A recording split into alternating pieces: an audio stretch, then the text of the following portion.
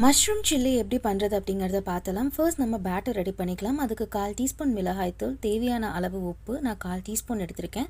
Next நான் என்ன சேர்த்துருக்கேன் அப்படின்னா சிக்கன் சில்லி பவுடர், அது வந்து 2 டீஸ்பூன் போட்டிருக்கேன். உங்களுக்கு வேண்டாம்னா நீங்கள் ஸ்கிப் பண்ணிக்கலாம். அதுக்கு பதிலாக நீங்கள் 1/2 டீஸ்பூன் மிளகாய்த்தூள் அதிகமாக சேர்த்துக்கோங்க. 1 பிஞ்ச் ஃபுட் கலரும், அப்புறம் அரிசி மாவு வந்து 2 டீஸ்பூன் வந்து போட்டிருக்கேன்.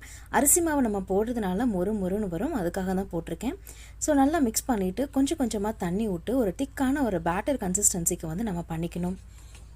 இன்றைக்கி நான் பட்டர் மஷ்ரூம் எடுத்திருக்கேன். அது 1-2 வந்து கட் பண்ணி எடுத்துக்கலாம். இப்போ நம்ம செஞ்சு வச்சுருக்கிற அந்த பேட்டரில் பட்டர் மஷ்ரூமை போட்டு நல்லா வந்து நம்ம கோட்டிங் கொடுத்துக்கலாம். மஷ்ரூம் சில்லியை பொறுத்த அளவுக்கு பேட்டர் வந்து அதிகமாக வந்து தண்ணி வந்து யூஸ் பண்ணாதீங்க பேட்டரில். ஏன்னா வந்து மஷ்ரூம் வந்து மாய்ஸ்ட் இருக்குங்கேட்டி அதிலே வந்து தண்ணி வந்து விடும்.